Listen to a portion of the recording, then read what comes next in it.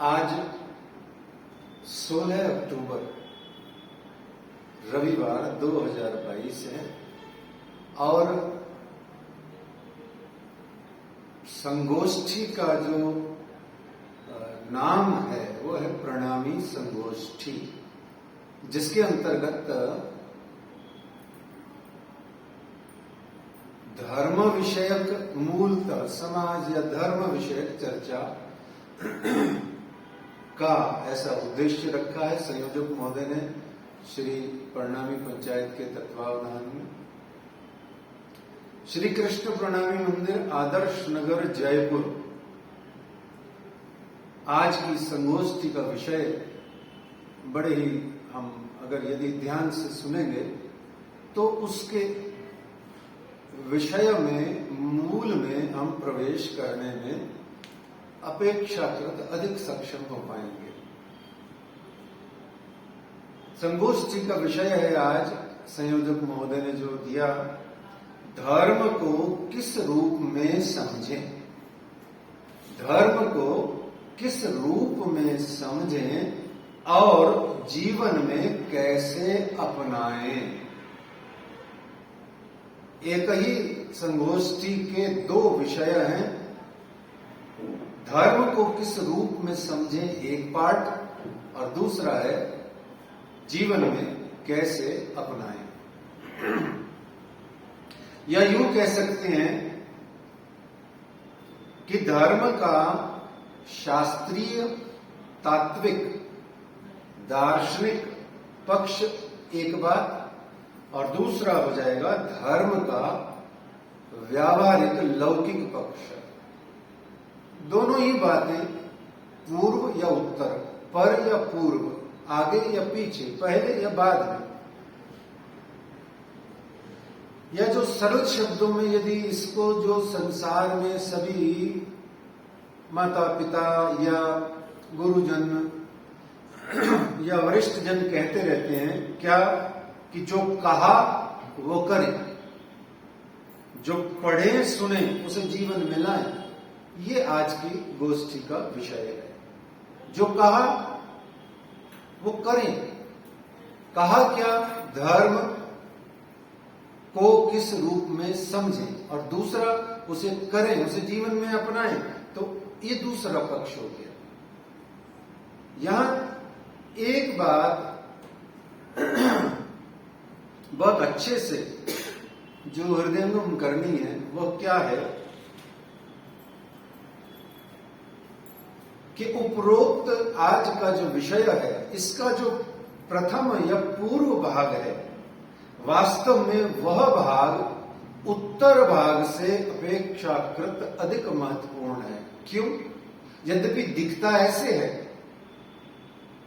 कि धर्म का ज्ञान, ग्रंथ का ज्ञान नहीं, आप उसको जीवन में अपनाएं, ज्यादा जरूरी है, पर यह होता नहीं है, सच नहीं है। संसार में प्रचलन यही है कि कहनी से ज्यादा, पढ़नी से ज्यादा रहनी में आए, पर यह सत्य नहीं है। देखिए बहुत ध्यान से, जीवन भर जिस ज्ञान को प्राप्त करते हैं उसे अपनाने में कितना समय लगता है? एक पल। 75 साल का अमृत महोत्सव मना करके भी हम ज्ञान प्राप्त नहीं कर पाते। ये बहुत महत्वपूर्ण विषय है आज का। क्यों है? क्योंकि जब तक पूर्णतः स्पष्ट नहीं होता, क्रिस्टल क्लियर नहीं होता, जब तक कि धर्म का अर्थ क्या है, धर्म का स्वरूप क्या है, धर्म के अंतर्गत क्या लिखा हुआ है, क्या कहा गया है, जब तक यह हमें क्रिस्टल क्लियर, या जिसको थोड़ा सा पढ़ाई लिखाई की भाषा में कहा जाए तो कंसेप्चुअली क्लियर नहीं होता, फॉर्मूला जब तक छप नहीं जाता माइंड में, तब तक आप फॉलो किसे करेंगे, अपनाएंगे किसे? ऐसे ही कैसे अपना सकते हैं किसी को? भाई फॉलो किसे करना है इसका अता पता नहीं तो जा कहां रहे हो भाई? किसको पूजने आ रहे हो, किसको मत्था टेक रहे हो, किसके प्रति अपनी श्रद्धा, विश्वास और भक्ति का इतना अथाह समर्पण कर रहे हैं, आखिर वो कौन है, वो क्या है, वो कहां से आया है, आदि इत्यादि, इसका हमें पता नहीं है। तो फिर अपनाएंगे क्या? हाँ, अपनाएंगे अपनाएंगे अपनाएंगे, यह जज्बा बहुत सुंदर है और होना भी चाहिए, परंतु किसे अपनाएंगे ये तो पता नहीं। मैं पुरुष हूं, अविवाहित हूं और कन्या देखने जा रहा हूं, मुझे पता ही नहीं किसे देखने जा रहा हूं, मैं तारीफ किए जा रहा हूं। ऐसा नहीं चलता, जीवन में किसी के भी नहीं चलता, और जो चलाता है उसी को अज्ञानता अथवा अंधकार कहा जाता है। इसलिए ग्रंथ का ज्ञान या धर्म किसे कहते हैं, यह समझना नितांत आवश्यक, अनिवार्य है। आइए धर्म शब्द की थोड़ी सी शास्त्रीय व्याख्या का हम श्रवणानंद प्राप्त करते हैं।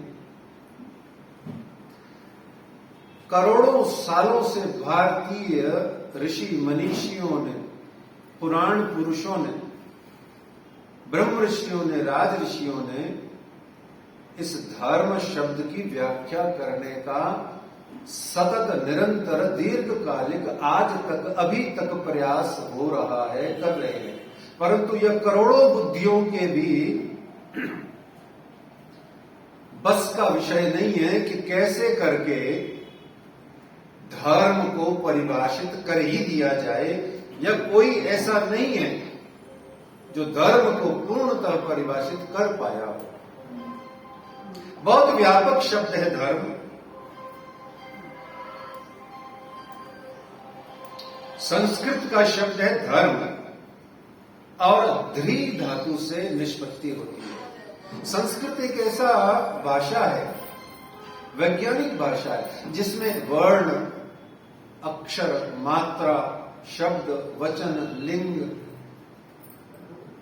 आदि जो कुछ भी है वो सब सुनियोजित, संयमित और वही है जहां है, वो टस से मस नहीं होती संस्कृत। और इसी संस्कृत के अंतर्गत ध्री धातु से निष्पन्न है धर्म शब्द, जिस ध्री का अर्थ होता है धारण करना। धारण करना महाभारत में श्री कृष्ण भीष्म पितामह को भी कहते हैं और कर्ण को भी कहीं पर कहते हैं कि धारणात् धर्म इत्याहु, धर्मो धार्यते प्रजाः। जिसके कारण से समाज की धारणा होती है, जो धारण करता है, जो अलगाव दूर करता है, जो समाज की अवधारणा को स्थापित करता है, धर्म वही तत्व है जो समाज की अवधारणा करता है। हमें यहां समझना हो रहा है कि धर्म किसे कहते हैं और जिसे कहते हैं उसे हम जीवन में अपनाएं।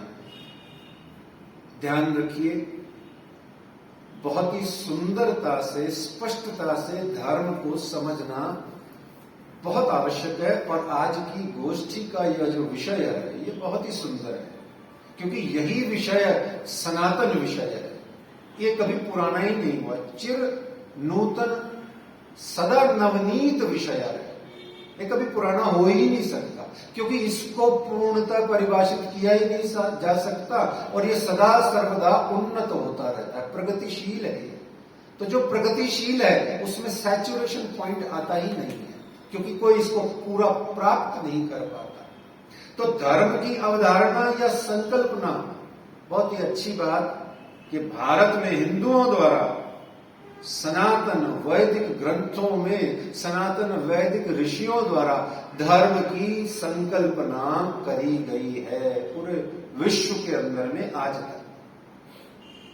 और जब सैकड़ों, हजारों वर्ष पहले सनातनियों द्वारा, हम हिंदुओं द्वारा जब यह धर्म की संकल्पना करी जा रही थी, तब न बाइबल थी, न कुरान थी, न यहूदी थे, और वस्तुतः कहा जाए तो जो आज के युग में इतने प्रोमिनेंट जिनको हम रिलीजन्स बोलते हैं, वो थे ही नहीं, अस्तित्व में ही नहीं थे।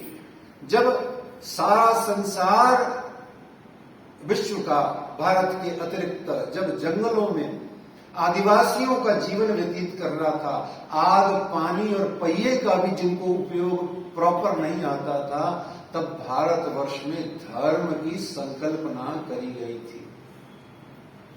इसलिए धर्म वैदिक है, प्राचीनतम है, और वेद अपरुषेय है, चिर पुरातन है।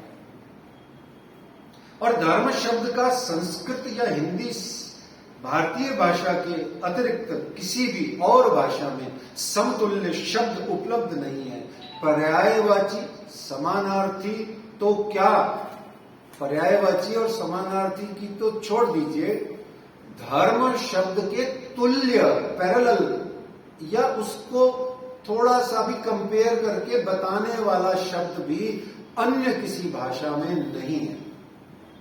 और जितने भी शब्द प्रचलित हैं उनके बारे में कहा कि रिलीजन या मजहब संप्रदाय के समानार्थी है। हम आगे अभी हमारी गोष्ठी के इस विषय में जब और डीप में जाएंगे तो पाएंगे कि संप्रदाय और धर्म में अंतर क्या होता है। रिलीजन या मजहब का समानार्थी शब्द है संप्रदाय, न कि धर्म शब्द। धर्म शब्द है, आत्मा शब्द है, कर्म शब्द है, ये सनातन वैदिक शब्द है। इनका किसी भी भाषा में अनुवाद कदापि संभव नहीं है, हो ही नहीं सकता, क्योंकि वहां है ही नहीं, ये कॉन्सेप्ट ही नहीं है। न बाइबल में ये कॉन्सेप्ट है, न कुरान में ये कॉन्सेप्ट है, न पुराने यहूदी ग्रंथों में ये कॉन्सेप्ट था। न वहां आत्मा होती है, न वहां कर्म होता है, और न वो धर्म होता है। वहां आत्मा के जो हमारे ऊपर में स्थापित शब्द हैं उनको भी अभी हम विवेचित करेंगे। तो धर्म को रिलीजन कहकर तो वास्तव में अंग्रेजों ने और मुगलों ने सनातन वैदिक सभ्यता और संस्कृति की जो महिमा है, अगाध महिमा है, उसको अल्प करके हमें निम्न, हेय, दास, हमें छोटा सिद्ध, अनपढ़ सिद्ध करना चाहा, अवैज्ञानिक सिद्ध करना चाहा। इसलिए उन्होंने धर्म को, रिलीजन को और मजहब को एक ही कर दिया। ऐसा होता है जीवन में, ऐसा ही होता है। जब कभी भी कोई सत्तावान या धनवान या कोई पावरफुल पर्सनालिटी जब कमजोर ज्ञानवान पर वो चल नहीं पाती, तो वो उसके ज्ञान को ही अपने छल बल से खत्म करती है, ताकि वो संस्कृति, वो सभ्यता उन्नत ना हो पाए, वो ज्ञानी पनप न पाए। ऐसा होता है। तो अंग्रेजों और मुगलों ने ऐसा ही किया। ग्रंथालय जला दिए, ग्रंथ जला दिए, मंदिर तोड़ दिए, मस्जिदें बना दी, और भी दुनिया भर के काम कर लिए। रास्तों, शहरों, नगरों, मार्गों, सबके नाम का उन्होंने अपनी संस्कृति के आधार पर हमारे सनातन धर्म में ला करके परिवर्तन कर दिया, और धर्म की ग्लानि हुई।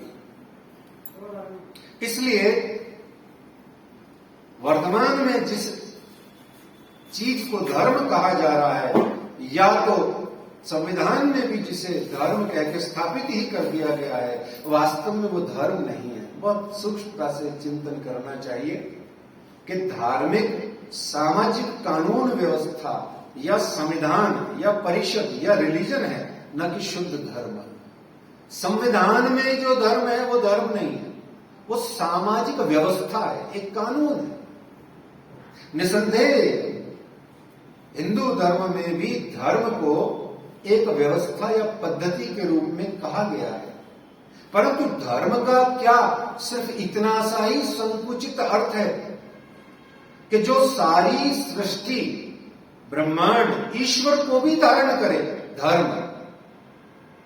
तो क्या धर्म इतना संकुचित हो सकता है कि वो संविधान के अंदर में चंद 8, 10, 20, 50 बातों को मानना यही धर्म है? अथवा यह जो समाज में एक जीवन जीने की एक जो परंपरा चंद ऋषि मुनियों ने सेट कर दी, क्या धर्म इतना सा ही है? नहीं, यह भी धर्म का एक भाग है, निश्चित रूप से। क्योंकि जब तक सामाजिक रूप से जीवन को जीने की सुंदर व्यवस्था, लौकिक नियम संविधान नहीं होगा तो व्यवस्था, अनुशासन नहीं रहेगा, अराजकता बढ़ती। वह भी धर्म का ही विषय है, पर वो धर्म नहीं है, इतना सा धर्म नहीं है।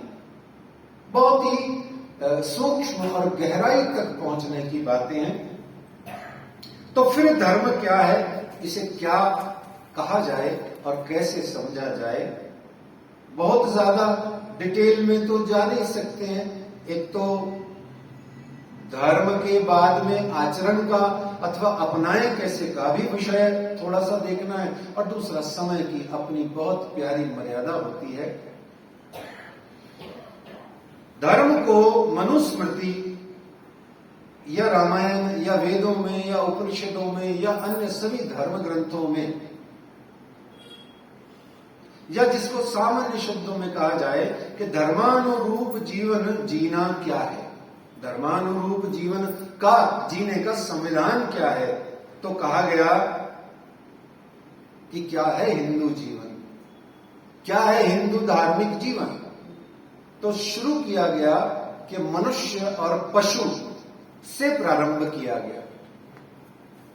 मनुष्य और पशु से प्रारंभ हुआ कि दोनों में क्या अंतर है। बोले कोई अंतर नहीं है। मनुष्य में बुद्धि आ गई तो अपने आप को पशु नहीं कहता, मनुष्य कहता है, पर पशु ही तो है।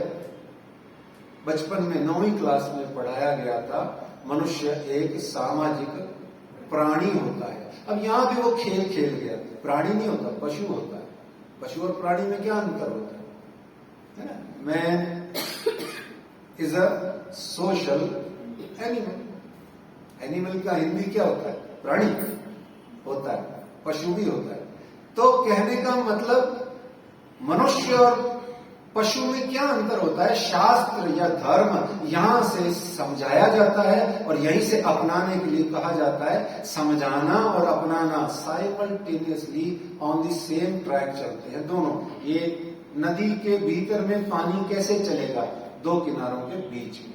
धर्म को समझते जाएं, धर्म अपनाने की जरूरत नहीं है, आपसे अपनावाता जाएगा स्वयं को। आप कुछ समझें और कुछ करें, ये ढोंग है।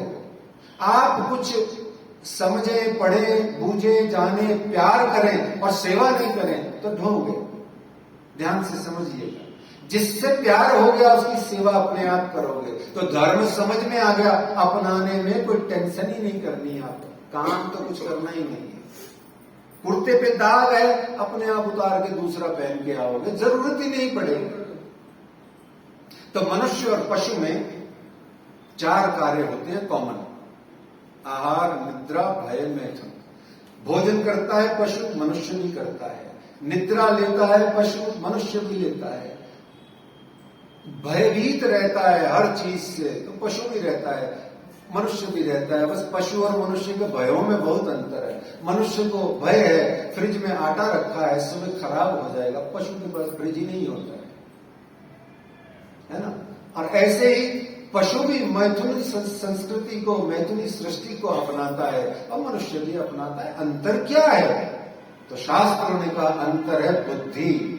और उस बुद्धि को नियंत्रित करने के लिए, उस बुद्धि को सुंदरतम तरीके से उपयोग करने के लिए बनाया गया धर्म, या धर्म की संरचना, संकल्पना की गई। ये सनातन ऋषियों ने कही। और उसके अंतर्गत धर्म के 4 पुरुषार्थ कहे गए।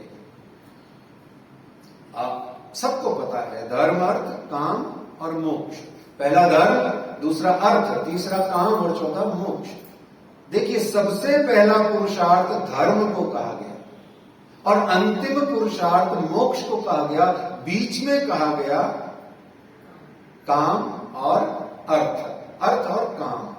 आप अर्थ का उपार्जन करें, आप काम का आनंद लें, कामनाओं की पूर्ति करें, परंतु याद रखें धर्मानुरूप अर्थ उपार्जन करना है और धर्म के आधार पर ही काम का भोग करना है, ताकि आपका अंतिम लक्ष्य मोक्ष या भक्ति या मुक्ति आपको मिले। पशु किसी के भी साथ में भोग करता है, मनुष्य को भोग करने के लिए धर्म ने बैन लगा दिया। क्या कहा? परदारा चोरी कबो न कर। दूसरी स्त्री माता अथवा बहन के समान होती है। पशुओं में कोई माता बहन नहीं होती। ये बुद्धि, ये धर्म, ये स्थापना। तो फिर धर्म के 10 लक्षण भी बताए गए। बहुत लोगों ने सुने हैं, यहां नाम भर ले देते हैं। जिसका पहला लक्षण कहा गया धृति, पेशेंस। दूसरा कहा क्षमा, फॉरगिवनेस, माफ कर देना। तीसरा कहा दम, कांस्टेंट डिस्क्रिमिनेशन।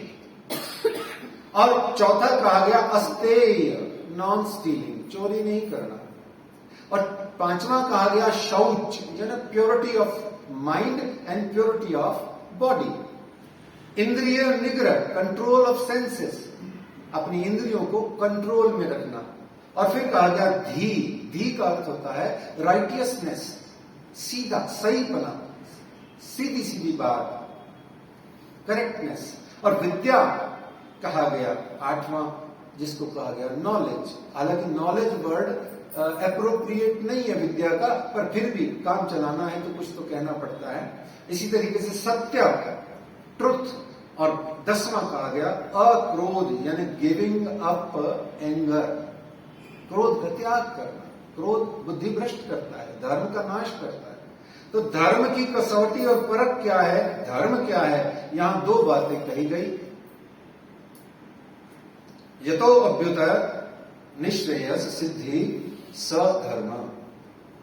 जिस कार्य से अभ्युदय हो और निश्रेयस की प्राप्ति हो वह धर्म है। अभ्युदय का अर्थ होता है वृद्धि, राइज, बढ़ना।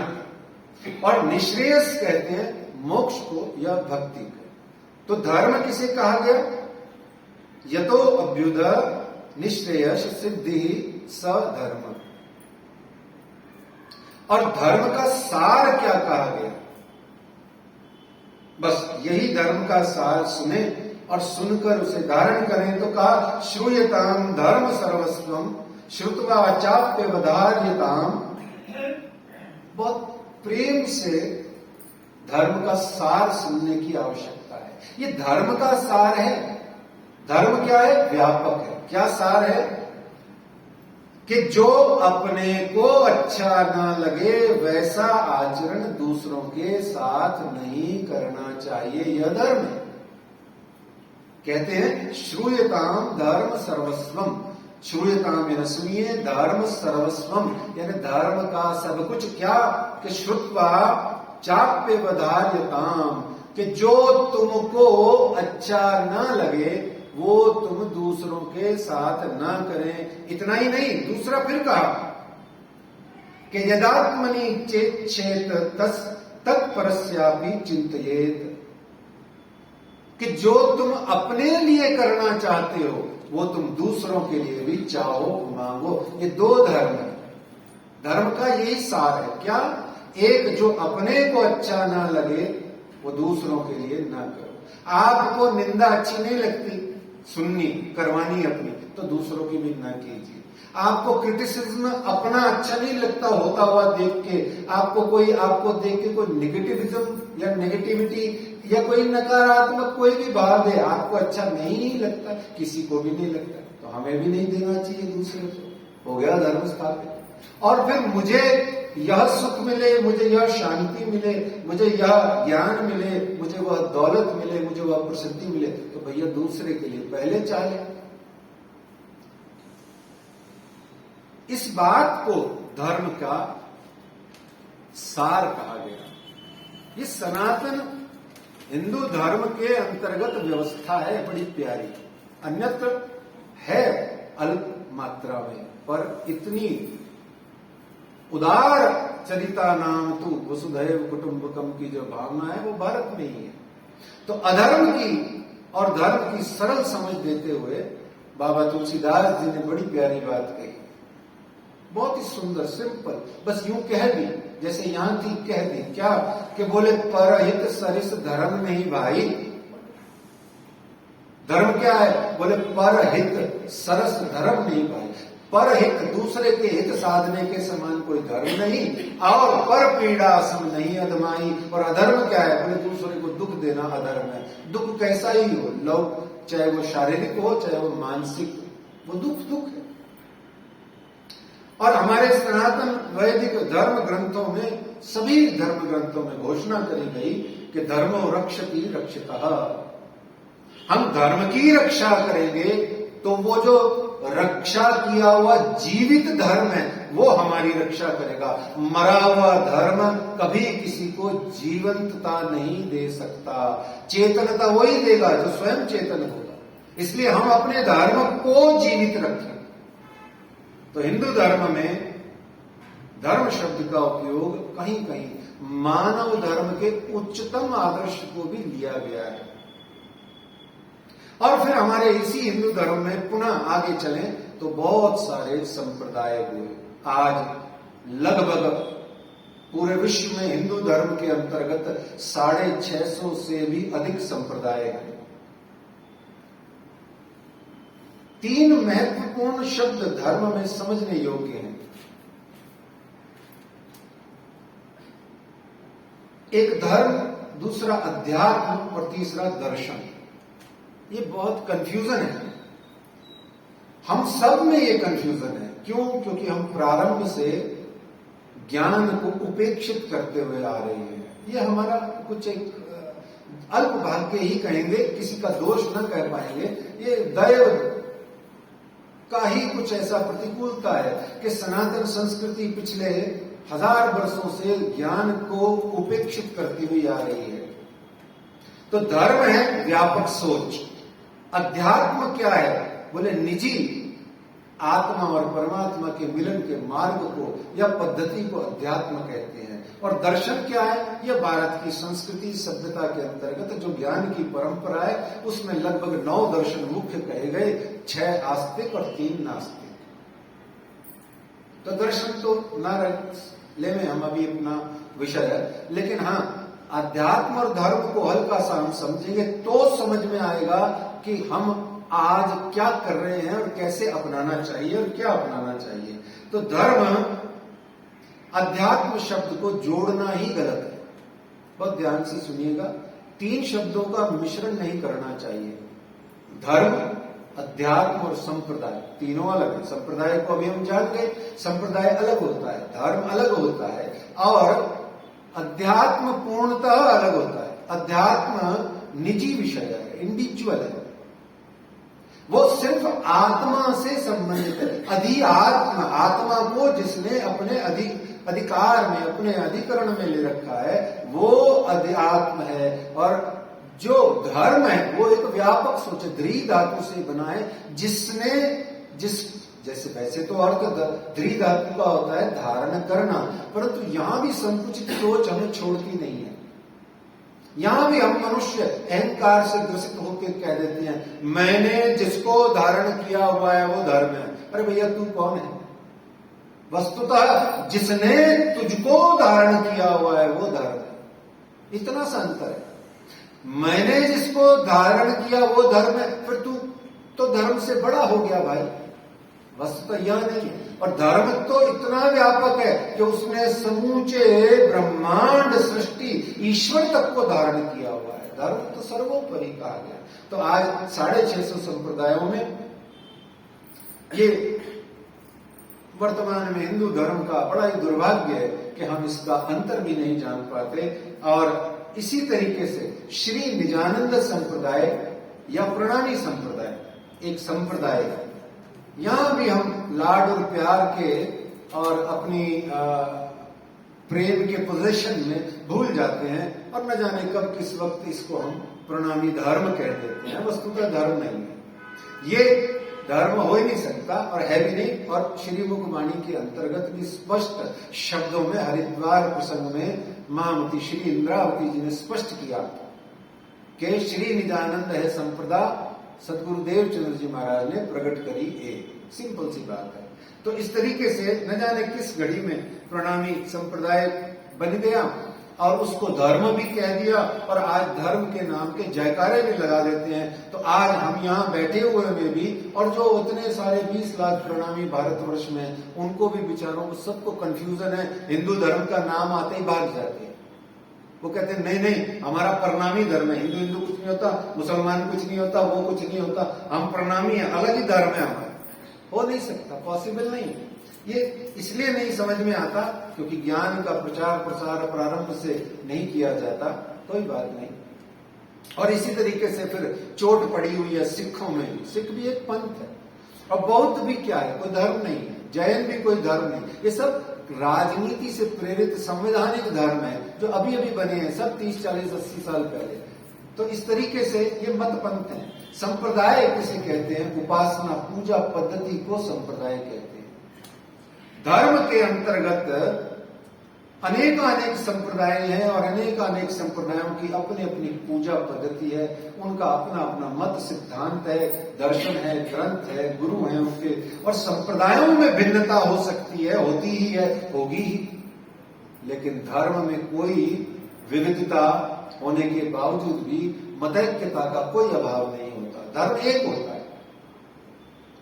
एक यहाँ आगे बढ़ने से पहले, अपना इस वक्तव्य को पूरा करने से पहले एक बड़ी सुंदर प्यारी बात याद आ रही है जो बचपन में हम गाया करते थे। हमें किसी से बैर नहीं है, हमें किसी से भीति नहीं, भीति कहते हैं भय को। वो गाया करते थे बस विद्यालय में भी कि हमें किसी से बैर नहीं है, हमें किसी से भीति नहीं, सभी से मिलकर काम करेंगे, संगठनारी रीति यही, नील गगन पर भगवा ध्वज यह लहर लहर लहराता है, धीरे धीरे देश हमारा आगे बढ़ता जाता है। कहने का भाव ऐक्य मतैक्य जो है वो भारत में धर्म में है। संप्रदायों में विविधता है, विभिन्नता है, अनेकता है, परंतु धर्म एक ही है। जैसे कहा गया हिंदू धर्म, उस मुख्य धारा की बहुत सारी डिस्ट्रीब्यूटरीज हैं संप्रदाय।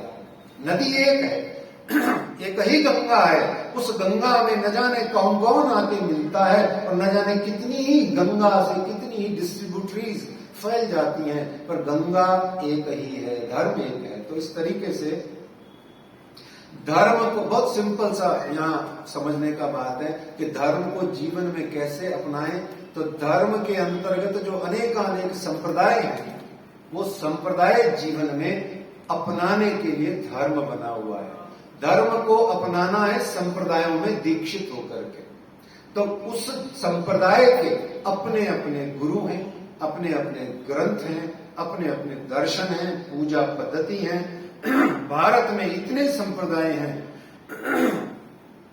परंतु मनुष्य जन्म में कोई भी मनुष्य अनेक संप्रदायों में एक व्यक्ति सारे संप्रदायों को माने पूजे तो नहीं चल सकता। इसलिए एक संप्रदाय, एक गुरु, एक ग्रंथ में रह करके कहा गया कि आप दीक्षित रह करके उसमें आप विश्वास लाएं तो आप धीरे धीरे आगे बढ़ सकते हैं और धर्म पथ पर आप बढ़ते बढ़ते अध्यात्म के माध्यम से आत्मा परमात्मा को मिल सकते हैं।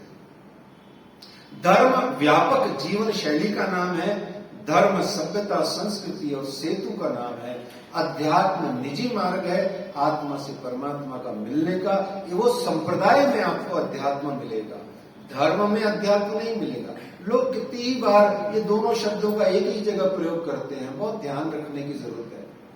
पर्वत के शिखर पर अनेक मार्गों से पहुंचा जा सकता है, परंतु मार्ग अनेक हैं, शिखर तो एक ही है। इसी तरीके से संप्रदाय बहुत है, लेकिन संप्रदाय बहुत होने के बावजूद भी शिखर तो एक ही है। तो परमात्मा एक ही है, उन परमात्मा तक पहुंचने के मार्ग अनेक हैं, मार्गों को संप्रदाय कहा गया। और यहां यदि हर व्यक्ति अपने ही संप्रदाय को धर्म कहकर स्थापित करने लग जाएगा तो धार्मिक अराजकता फैल जाती है, जो फैली हुई है काफी हद तक। अतः हम सबको चाहिए कि धर्म व संप्रदाय में हम अंतर को समझें, और जिसको हम समझ लेते हैं निश्चित जानिए वो रोग आधा मिट जाता है। आपका पेट में गैस बना है, डिस्टरबेंस है, आप 24 घंटे का विश्लेषण करते हैं, आपको याद आ जाता है, अरे वहां वो प्याज का तड़का लगा हुआ खाया था, प्याज तो सूट ही नहीं करते, आधा पेट ठीक हो जाता है। गैस की गोली डबल असर करती है। ऐसे ही समझ लेने पर रोग का निदान हो जाता है। ऐसे ही हम समझेंगे तो जरूरत पड़ती है ज्ञान के प्रचार प्रसार की, ऐसी संगोष्ठियों की।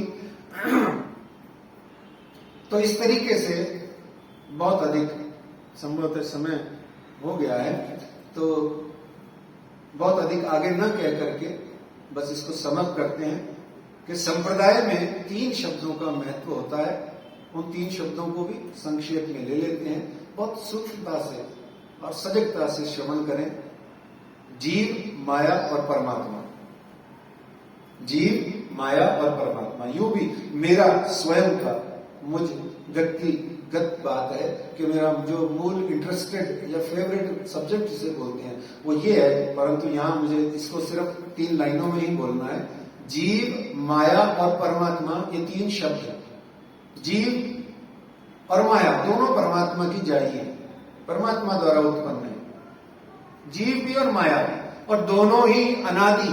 अनादि मतलब जिनका प्रारंभ नहीं होता है, जो कोई प्रारंभ नहीं हुआ वो अनादि है, और जो अनादि है बाय नेचर वो अनंत भी होता है। परंतु यहां परमात्मा द्वारा एक बड़ी ही विलक्षण अद्भुत सुविधा उपलब्ध है कि जीव तो अनंत है, अनादि भी है, माया अनादि है, अनंत नहीं है। बोले क्यों?